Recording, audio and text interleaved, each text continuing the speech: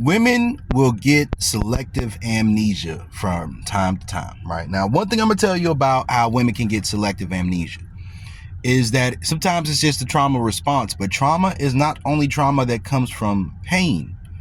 Trauma can also come from overstimulating levels of pleasure.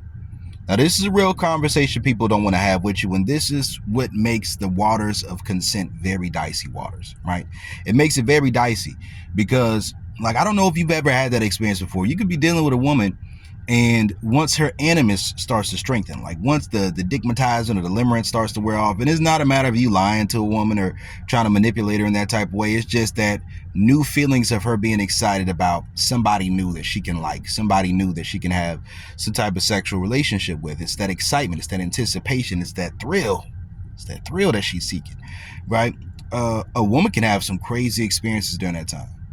And once she starts to return back to her factory reset, or once she starts to return back to her social programming, well, not that factory, it's two different factory resets, but that's not what we're going to talk about right now. Once she returns back to her social programming, she may push certain memories out of her mind completely, right?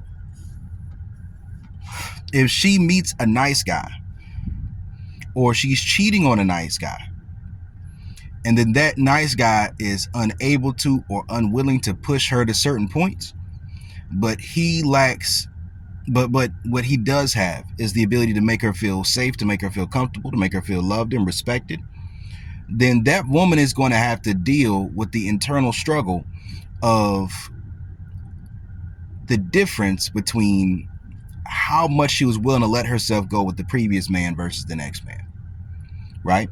And when she has to deal with the idea of, I was willing to do this, that, and the third for this guy, but I don't really feel like this is what I want to do with this next guy, but this guy actually wants to love me. He wants to care about me. I mean, sometimes if a woman's not strong enough, or she can't handle the weight of her contradictions, or she's unable to find a man who's actually dominant, who she can be with, then what a woman will typically do is choose to view whatever has taken her outside of her core social programming as abuse or rape. Not every woman is going to look at it that way. The ones who choose not to, they take a little bit more responsibility than others. They take a little bit more accountability.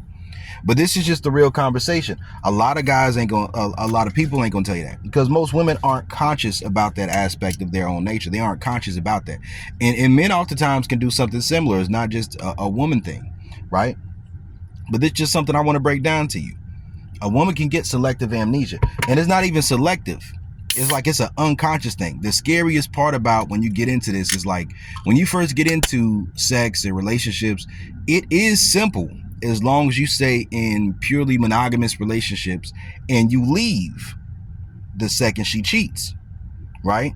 Or if you cheat, you leave, right? Or whatever it is. If the moment that monogamy is broken and the conscious awareness of this is brought to the awareness of the other person, you leave. What you do is, if you vilify that person at that moment in your mind, but then choose to rise above it, not taking responsibility, but taking just enough responsibility, not too much. Because what can happen is, if you take responsibility for getting cheated on a certain level, then this can give you complexes, right?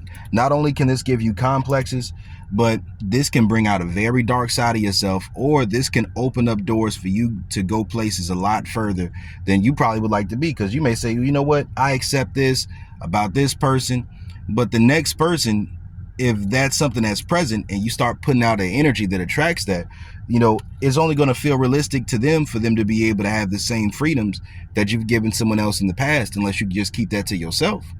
And the more you have to keep to yourself, the less you have a capacity to feel safe with your partner, because you don't fully know like they truly know you. They know an idea of you. They know a caricature of you. They know an archetype that isn't fully in the know about who you are and how you can be, right? That's why, I believe in the biology first approach, but you have to know what your limitations are too, right? You have to know what your limitations are. And it's okay to have limitations as a dom. You need to have limitations as a dom. I know it can be easy to be like, well, you want all the opportunities you can get, right? Or I know it can be easy to recognize that you can open up like your wheelhouse, you don't want to open up your wheelhouse too much, right? You can open it up some, but understand there's a trade-off for everything, right? Each group of women that you come across archetypically have their pros and cons, right? The same way that women can get Mr. Perfect syndrome, niggas can also get Mr. Perfect syndrome. I mean, Mrs. Perfect syndrome, right? It's the anima projection, the animus projection. You know, as women deal with these different types of guys, they amalgamate these different experiences. It creates this perfect image of a guy in their mind. And if they meet a guy who they think is that, chances are they're not going to qualify for him. I mean, every once in a while it might work out, but those are rare situations, right? That's why sometimes ignorance is bliss. You don't have to know and experience everything. It's smart to avoid overstimulation, right? Because you have to leave a certain level of holes in your anima. Right now, you have to sacrifice the anima projection on some level to be a dominant, because you have to be able to stick to your plans without being manipulated, even if it's through your own compassion or manipulated through a woman playing on your ego, playing on your desire to be a nice guy or to be a good man. You have to put that shit to the side. That's over with when you decide you want to be a dominant. But you have to have enough holes in it to where you're still teachable about certain shit. If there's things you need to learn, things you need to adapt to, you need to be a self-learner, right? An independent learner, studier in the peep game when it comes to your woman, right? But what happens oftentimes is that, listen, if you don't leave enough holes in your anima, you're going to go towards the masculine dominant exercise of self-control, right? You're going to hit critical mass. And if you don't have a pro-social structure in front of you, or infrastructure around you on a social level to contain yourself, power may corrupt you, right?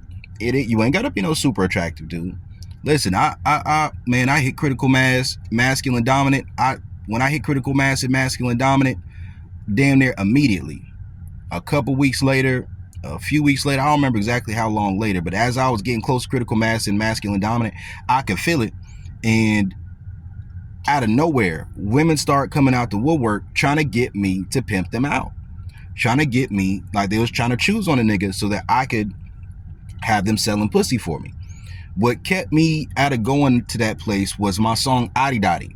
I wrote that song at my peak. Sometimes you have to, when you're doing your shadow work, it's like the speed limit principle. Sometimes you let yourself veer off a certain level, and then you find, what are your natural limitations? Now, if you have no natural limitations, it's a risk to try to find those limitations where you might go. I just say stay prayed up, stick within certain principles. But when you're in the process of finding your limitations, that's where I was, like in the peak of like my anger and all this other shit.